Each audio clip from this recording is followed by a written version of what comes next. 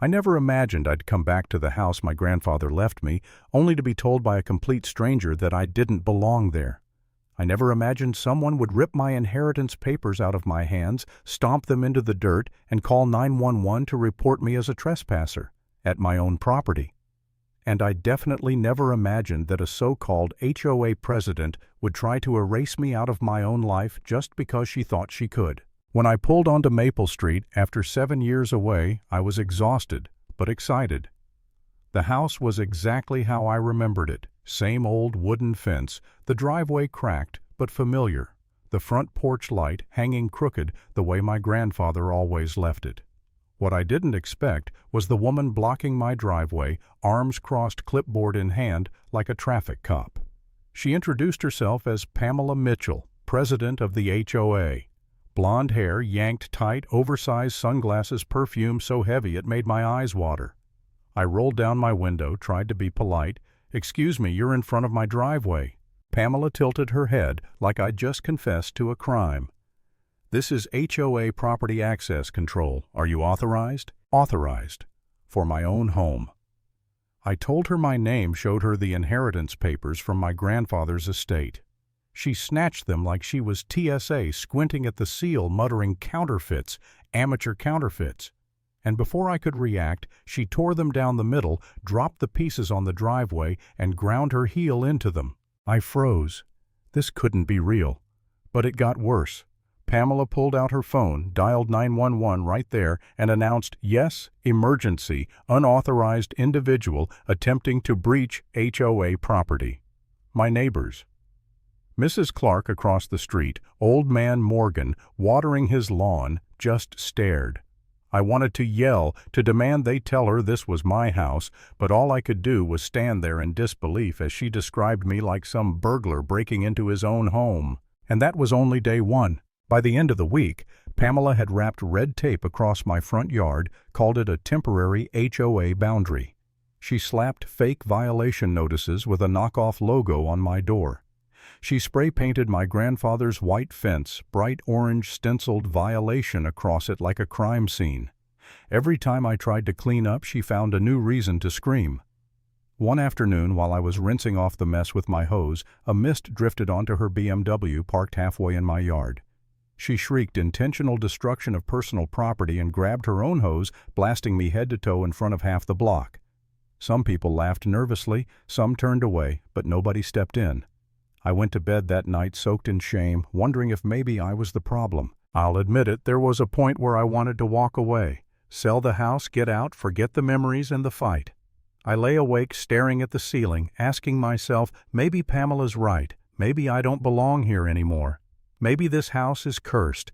Maybe I was stupid for coming back.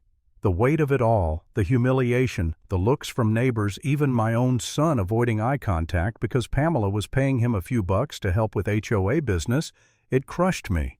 I thought about packing up, never looking back. Then one night, Eleanor from next door, a frail 78-year-old woman, knocked on my door with a trembling hand.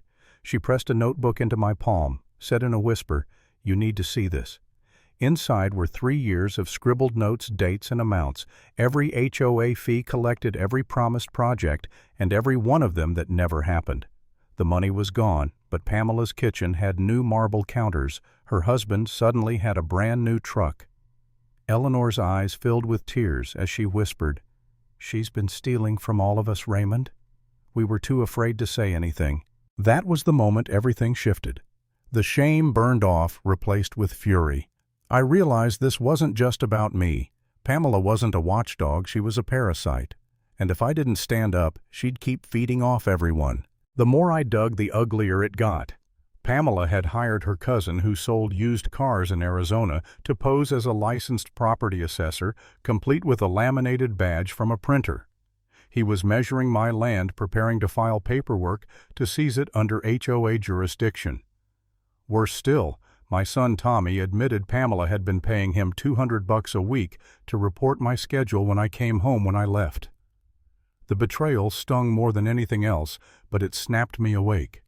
Pamela wasn't just harassing me, she was orchestrating a takeover. So I fought back. I teamed up with Eleanor, with Mrs. Clark, with old man Morgan. We called ourselves the Neighborhood Verification Committee, half as a joke, half as a shield. We copied every notice, every scrap of official paper Pamela had issued. We took photos of the spray paint, the Nike footprints leading from her yard to my fence, the box of violation stickers with the logo smudged off-center.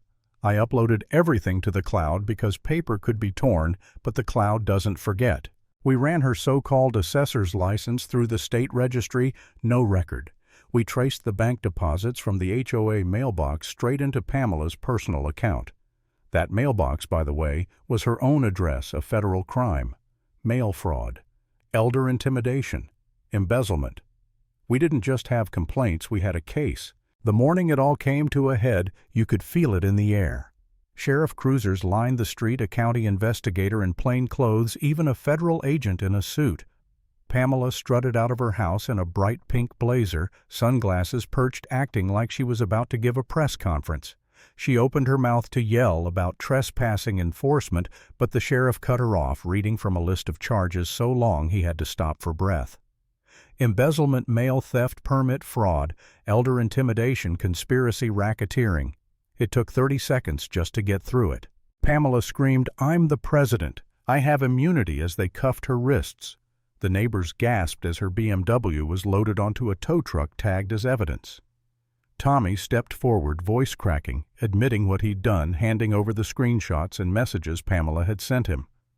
Eleanor held out her notebook like it was a sacred text, finally free of the fear that had kept her quiet. And just like that, Pamela Mitchell, the self-proclaimed HOA president, was exposed as Margaret Walsh, a grifter running fake HOAs across 3 states, siphoning money from the elderly and vulnerable. In that moment, she wasn't powerful anymore. She was just a con artist in handcuffs, screaming into the wind while the people she'd terrorized finally exhaled. That's where it ended. No celebration, no victory lap. Just silence as the sheriff's car pulled away and the street returned to normal. My fence was still orange, the driveway still cracked, but the air felt different. Because sometimes the most dangerous criminals don't hide in the shadows. They hide behind a clipboard and a fake title, counting on everyone else to stay silent.